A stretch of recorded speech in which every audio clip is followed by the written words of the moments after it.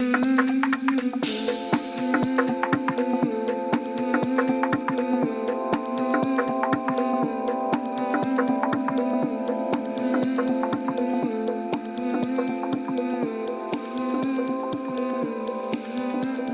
up, and welcome to Clarity for Parents of Athletes, bringing you stories from professional athletes about their parents and how they were raised.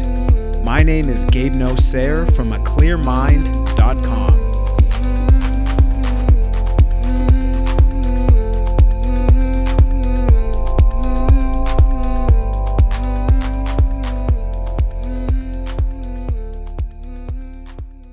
Now, I really like the metaphor you used as far as seeds and then watering them.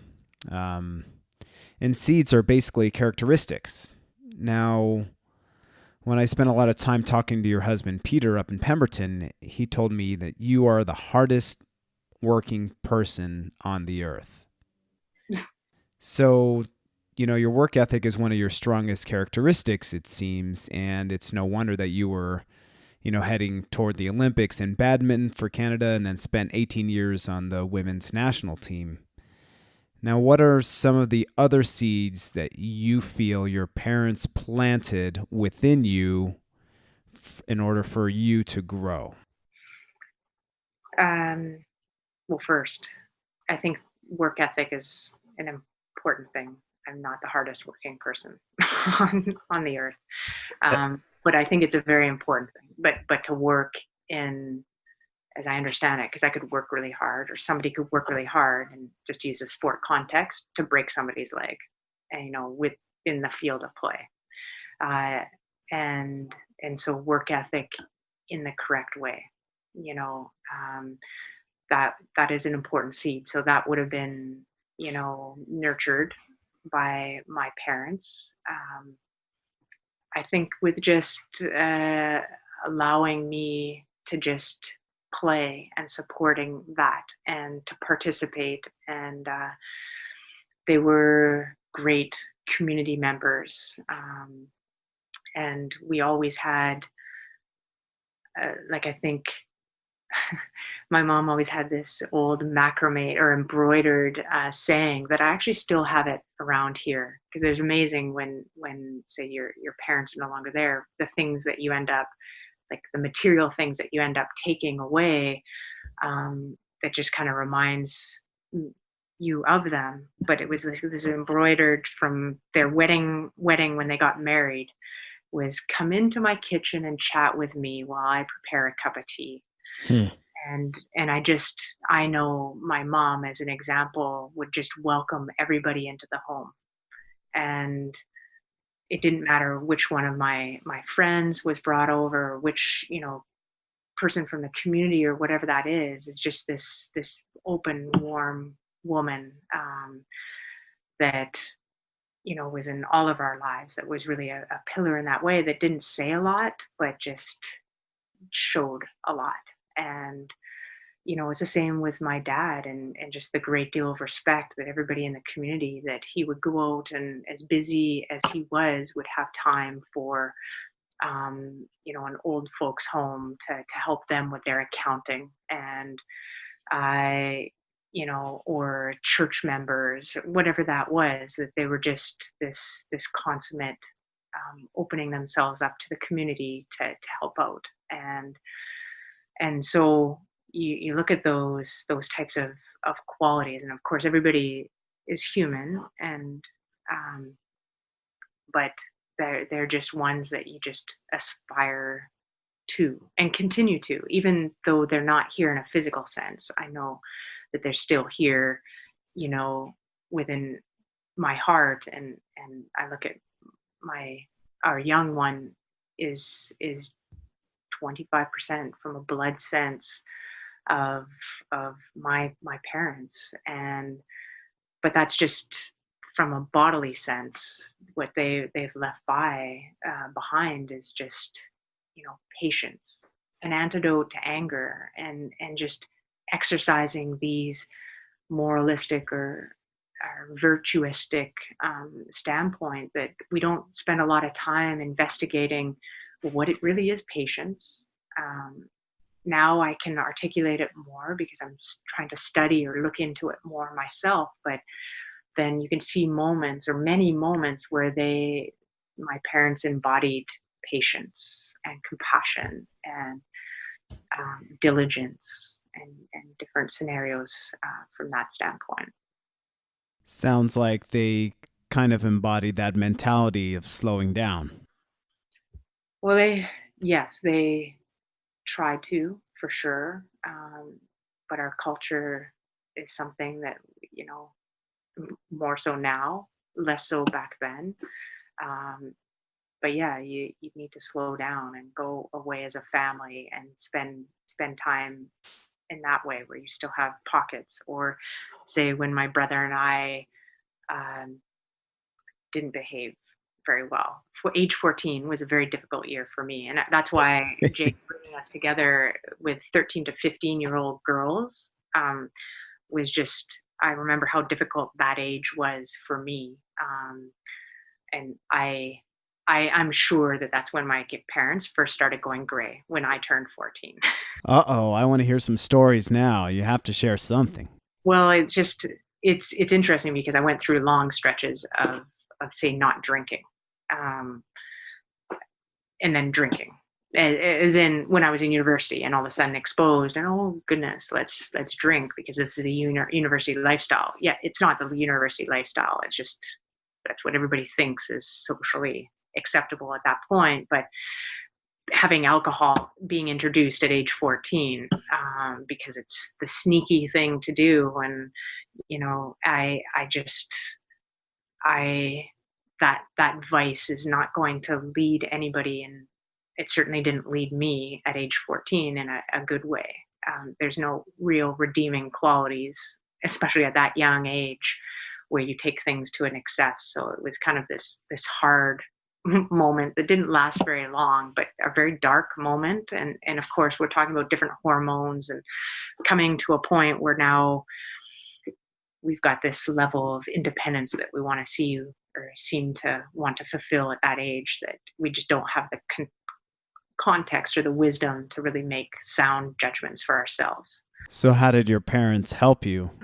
So here's one is that so much now is peer oriented, and meaning the peers are leading the peers, and that's what that period definitely felt like. The peers were leading the peers, and we don't at age 14 have that sort of, in general, I'm talking general terms, but we just don't have that decision making that's based on, the seeds getting watered often in the appropriate way. Now, when the negativity is breeding the negativity.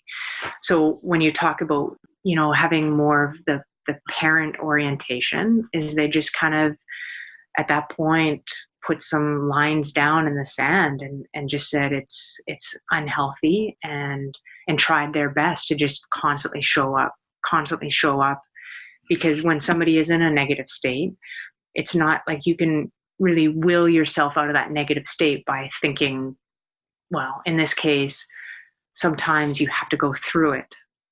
That you have to change something, but belaboring that point or just talking about the negative qualities are actually just going to fester the problem. So there's just like this balance of setting some lines in the sand and allowing space in a loving way to sort of get through it. And it was a heavy year, and that balance between the two of just being firm and love.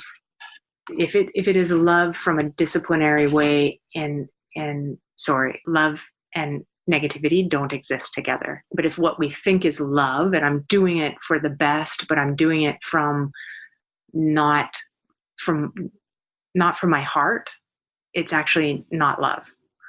If you do it from your heart, then it is from a place of love, and love can be also affirm, set lines. This is not okay. And now not having the opportunity to talk to them about it, but being a parent myself and understanding that these moments are going to arise, and I can do something from a point of frustration or anger, which is never going to be love, or I can try and just hold space for somebody else to sort of go through it, but help to shift them. So by giving somebody space as opposed to feeding into it, I could see that my parents allowed me to get through that faster. So sometimes you need a change. So the change was spending time away from the friends, from that fuel or what was fueling something within me. Um, and it can be something like a family trip, a change in that way, a change of context, something where you can relax a little bit more. So it's very unique to each situation, but that's where you're hoping that your parents are going to have sort of that wisdom, and wisdom being attached to the love within our hearts that help to support somebody through a negative situation. So it sounds like and this has kind of been a theme that's been hitting me hard the last couple months in my life, is that balance of, kind of your situation. Hey, this is not okay, but I love you and I understand that this is what you chose right now, but we still need to make sure that you know that this isn't in your best and highest purpose or interest. Right. And this is for us to learn communication. And of course a 14-year-old or a youngster doesn't have that communication. And nor do we as adults. We really don't know how to love. and this is our journey, is to try and get back on a path that opens us up to have what we have within us. And thank goodness, forget about my patience. Our 4.5-year-old is an incredibly patient human being, because we as adults don't have it all figured out. So he is a beautiful example of just us messing it up, and then he just kind of accepts it and goes on. But just the way in which we communicate to each other, like the statement of, you never come home on time. That how often have we thrown that down? It can be whatever you want, but it's always this way or it's never this way, just basically shuts the door on somebody else communication wise, to make them or force them probably into defensiveness, or, well, what are you talking about? I did come home. And now even communication gets lost with that. To, we're often confusing our thinking with our emotions, and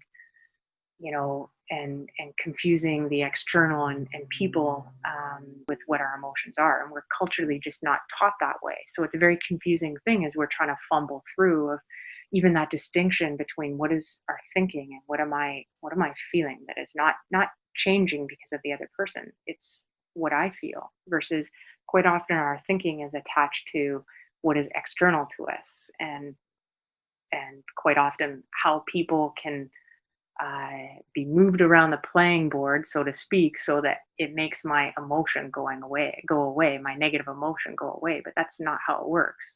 We need to have a distinction between our emotions and our thinking, and then to come up with our communication. And like when this happens, I, it an emotion.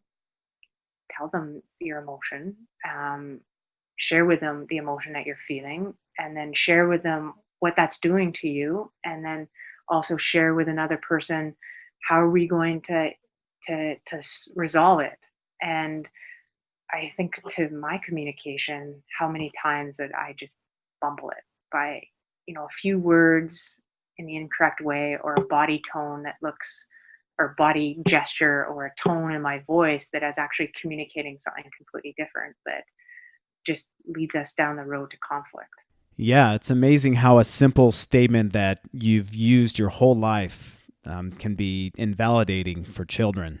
Mm-hmm. Yeah, we had heavy experiences with our daughter, my stepdaughter, a few years ago, and we got a list of invalidating statements from her therapist, and she said, "Okay, put a check mark next to ones that you've either said or heard." And we went through them, and I was just like knocking them off one after another. And I was like, oh my God, so many statements, simple ones like, don't feel this way, or don't be sad, things that you're thinking you're trying to help your child. Yeah. Obviously there are some basic ones where we're coming from that place of frustration or anger, that you belt out something, obviously, that those are easy to say.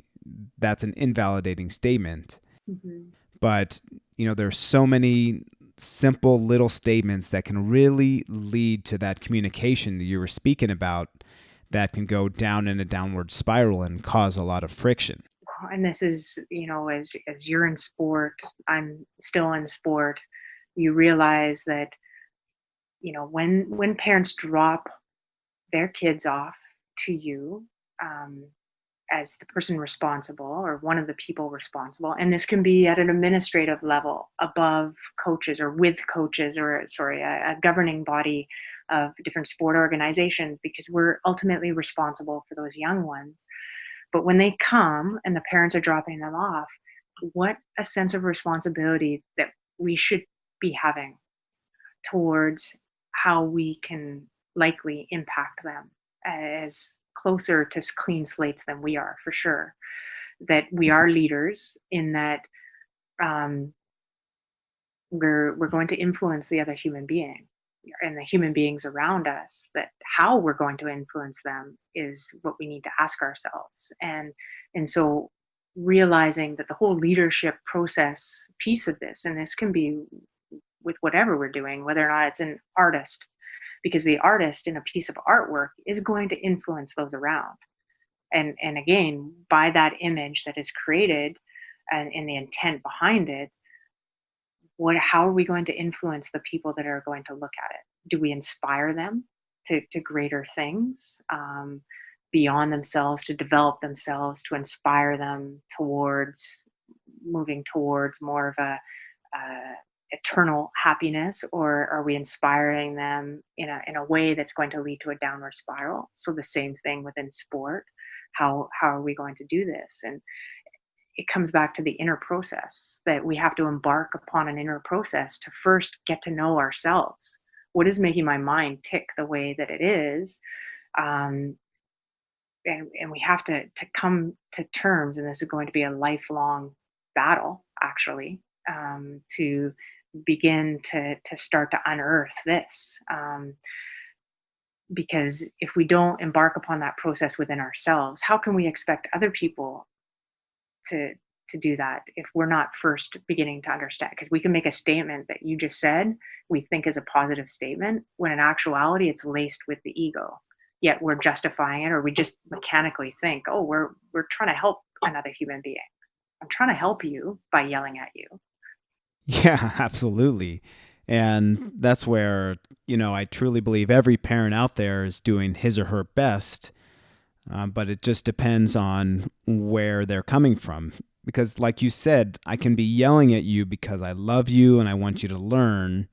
And that's not saying that that's the most functional way to respond to certain situations.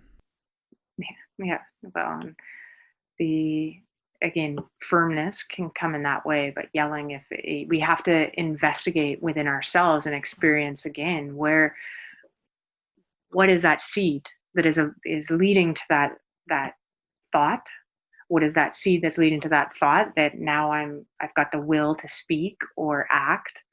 And we think that we're acting out of, oh, I'm such a good person, yet I'm doing it because, I want to be recognized, because I, you know, maybe feel a little insecure or whatever, that I fear that I'm not good enough. So I'm going to go out and raise a bunch of money.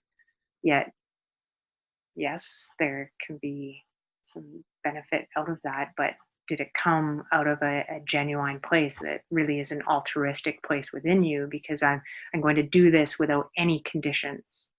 So I'm going to love another person without any conditions attached to it, or I'm going to love this person with the conditions. And most of everything that we call it is love, or call love within our lives, is very conditional.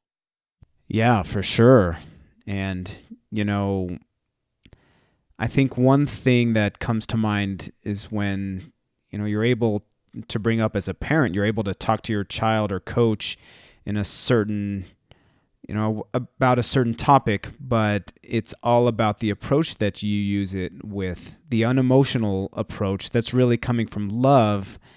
Because, you may have seen it in your career where either somebody's parent that you were coaching or somebody that you've seen, one of your teammates maybe, how they approach their child or how they approach the coach of their child.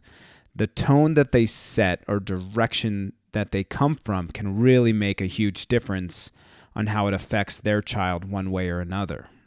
Well, and that's that inner process that we have to begin this process by observing ourselves, and it takes a lot of energy, and it's not possible to do it right now in our current state all day long, because we go in and out of this like sleeping consciousness of, yeah, I can make a statement in one moment that's very mechanical and that has this attitude attached to my tone that actually is speaking something louder than the words.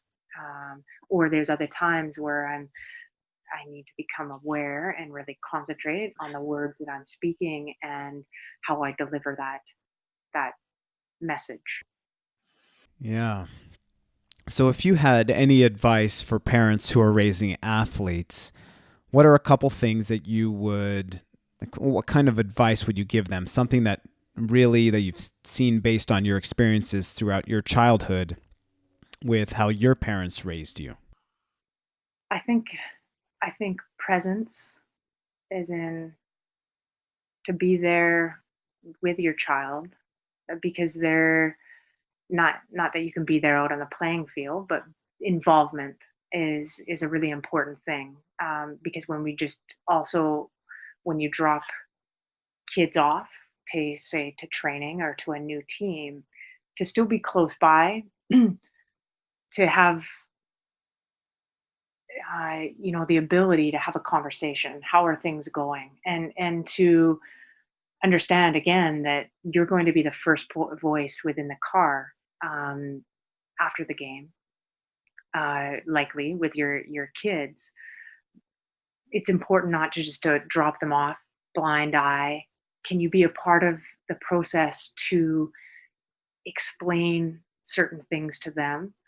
Can you be part of the process to help them grow through this experience versus just letting them experience it on their own? Because um, if if your compass point is to try and help them grow as much as they can, and when I say grow, everybody thinks, I'm sure the common thing is to grow from a physical sense, but then there's the emotional sense, there's the mental sense, there's the physical sense, there's a spiritual sense. In that, when you're talking about the qualities of love, that's talking about the qualities of your heart and something deep within. And then there's this energy. Uh, it could be energy lost through just frustrations and anger, and spending too long in these angry moments is just going to be energy pouring out.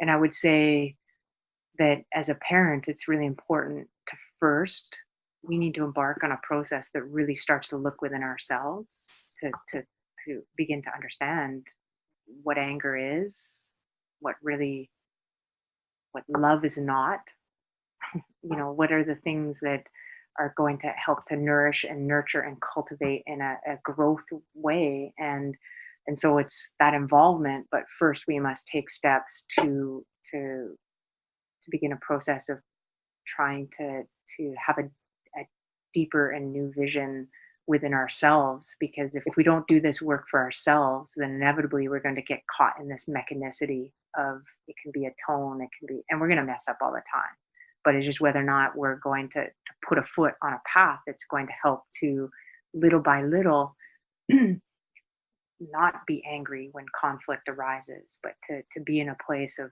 patience and trying to understand and to know when, if my presence there is going to lead to more negativity, or can we just kind of move through this and analyze it at a different point when everybody is sort of cooled down. Again, it's a long-winded and philosophical answer, but it's to say that we as parents need to learn more about ourselves and to remain involved, so that as we learn a little bit more about ourselves, and are a few steps further on this journey of life, we can help to hopefully guide somebody through in a very heart-centered way through some of the difficulties that inevitably will arise in life. Yeah, it's always that theme of coming back to the inside, right? And that sense of really getting to know oneself. And the better we do get to know ourselves and look from within, the more beneficial it is to our children, and the more they will flourish in anything they're doing in the classroom, on the field, on the court, and training with friendships. I mean, it really goes far in their lives. Oh, yeah, and what an opportunity for us, for the kids, for us to now see even our past with a new vision. To go, wow, I there was scenarios where you see kids that are bullying each other, and then you are firm, or you try to help resolve and work through that, and then realizing that this is also an invitation for me to look within myself to say, how many different times have I bullied another human being without even realizing it? And wow, it's just an opportunity for all of us to sort of rectify different things, to say, no, I resolve to do something different in the future from this moment, to think and try to act and try to feel and in a different way. Yeah, amazing. So, kind of what I've gotten out of this interview with you is, your experience with your parents. They were extremely trusting in your process, and didn't try to limit you at all and just kind of let you figure out life without putting these quote unquote restrictions on you. And that continued throughout your sporting career, where you said they didn't even mention anything. They didn't even give you any kind of negative feedback at all until you said, I think, when you were about 17 years old, when they finally said something. And by that time, I imagine you had a very strong foundation of trusting yourself on the field or on the badminton court. Yes, and then I was able to say it didn't help. But say you're a youngster, it's different when you're 17 and you have that sense of, you know, that stronger sense within yourself to use your voice, that they recognized and rectified it right away. But when you're a youngster, you don't really have that voice, or maybe they will act in different ways because of that. And I love the fact that they were there, they were involved, um, but quietly, and they helped to guide. And Oh, sometimes as awesome. you're as you're walking, like we were just taking Jackson over to the North Shore in Vancouver, and he loves taking transit. So here we are on the Sky Train and then the Sea Bus, and it's just like it's crowded.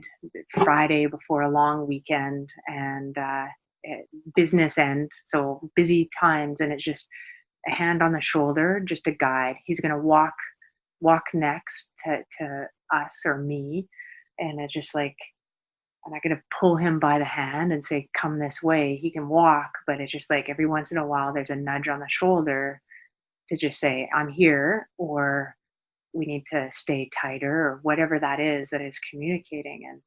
And within the sporting world, it's not about the players or the athletes and the coach and just that team. It's about all of us. You cannot separate it. It's not silos, grain silos, where you stick the grain and the wheat in one silo, and over here is corn, and it's all life is there, and it's all, it's not sport and then I'm going to live my life here.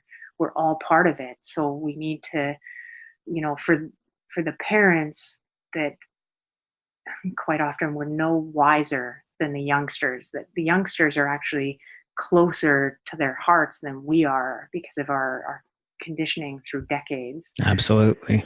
that um, we think that we're wiser, and we're like forcing people this direction, and yet we have to understand that it is about guiding, but first we have to be in a process of being guided from within ourselves.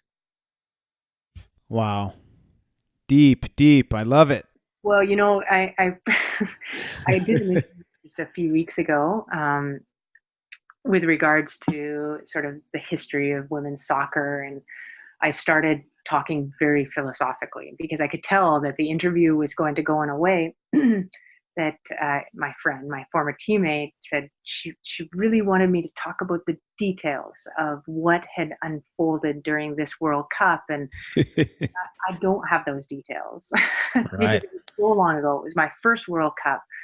Um, and my mom was going through chemotherapy at that point, but she really wanted details there. I could see her, she was getting so frustrated because I would take a philosophical look at it as a lens through that particular experience, because that's what I have, are those reflections back and what have I learned. And again, I have a different vision now than I did back then. And so to deal with that minutia. So I appreciate the fact that I've been able to talk a little bit philosophical here about life with you. Yeah, of course. I love it. That's the direction I go. I like to go super deep. So. What was the smell of the grass? Yeah, but I can tell that depth and that philosophical nature really, one, it directed you into going from Olympic level badminton to longevity, 18 years on the Canadian women's national team, to the point where your husband Peter told me this story a couple times when we were up in Pemberton, that you were on the women's national soccer team, and Christine Sinclair came out and they were talking to all the players about who is their kind of motivating person in their life. Who do they want to be like? And I think Peter told me you yourself, you mentioned your mom, and I think a lot of the other players did as well. But Christine said that she wanted to be like you. And I think that shows, that this is, now she's the all-time caps leader, all-time goal-scoring leader in Canadian women's soccer. That she looked up to you because she felt the depth of your being, and it really connected with her. Well, and I messed up many times as an athlete, but somebody like Christine Sinclair was somebody that I was learning from equally as much. So I feel honored that she was my teammate. She was much younger than me, but again, it doesn't matter what age you are. If you're learning from a 4.5-year-old, or learning with a 4.5-year-old, or within the context of soccer where you're learning, with and from these younger players, it's like in all of life, we wear a jersey in life, and we don't realize that we actually have a jersey on as we're walking around, and these indelible signatures of all these people who have left a mark on your life is a pretty incredible thing. Yeah, I bet. Well, it sounds like you're leaving your mark on a lot of lives, and I hope the parents and non-parents who are listening to this really get something out of this as well, to help them guide their child or others, or if they're a coach, to guide their players. I think this is a really deep and powerful conversation we just had, and I really, really appreciate it. Well, thank you for this opportunity, and I've too learned through this, and learned with you too. So it's like we're all sort of embarking upon a journey, and as much as we globally think that there's all these divisions, it's not. We're all part of. This is really philosophical here, but keep going. Go for it. One team. So thank you for being my teammate, and for those who are listening. Like, this is just such an opportunity that we have for this next generation through sport. So best warmth for what you're embarking upon. Awesome. Thank you so much, Andrea. I appreciate it. Thank you, Gabe. Thank you. So what were your biggest takeaways? For me, I have a couple of them. One was, how about the fact that her parents never told her that she was born with dislocated hips? And more importantly, Andrea's parents never told her that the doctors informed her parents that she wouldn't run properly. Imagine the mental limitations she would have very likely grown up with if her parents decided to program her with that belief that something was wrong with her. it would have no doubt limited her belief in herself. Instead, they decided to surrender to the experience they were all facing and just go with the flow and let Andrea fall and hurt herself and figure out life through the experiences instead of preconceived beliefs, which would have held her back. Essentially, they let her, quote unquote, fail and figure it out instead of trying to be overprotective. They didn't limit her. I know I've had conversations with parents who tell me that their child isn't good at this or good at that, and the child is right there listening, nodding his or her head in agreement. If we underestimate or limit a child's ability due to our own ego, we program them to underestimate and limit themselves.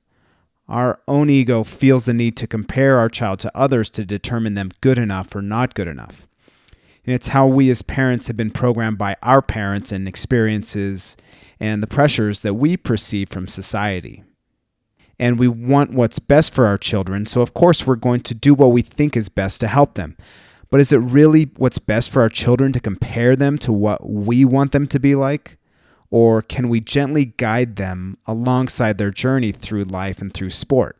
Is it really what's best for our children to program them to firmly doubt themselves that they're not fast enough, strong enough, don't dribble, juggle, shoot well enough?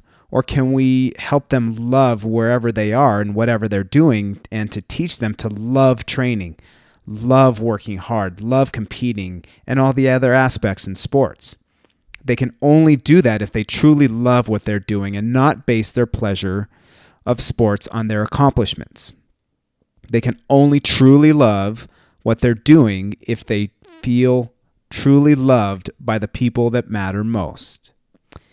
Another big takeaway I had from Andrea's message was what she said she focuses on with her son Jackson.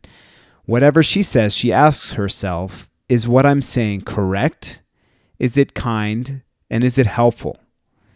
Now imagine how much benefit we as a society will receive if everyone could slow down and think about those 3 items before talking and communicating with each other. Now, of course, most of the time we believe what we're saying is correct, but of course sometimes people say things that they know is not correct in order to gain some type of benefit.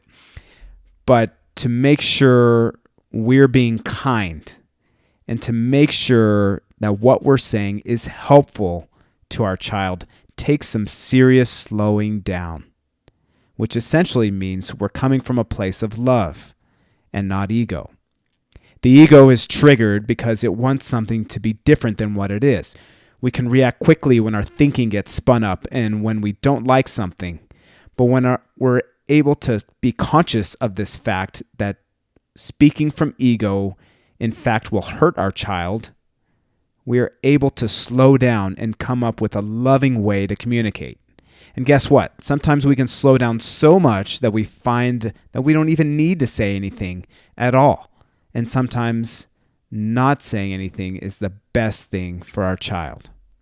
Letting a child figure things out and trusting that the universe has his or her back can be one of the most challenging things a parent can go through.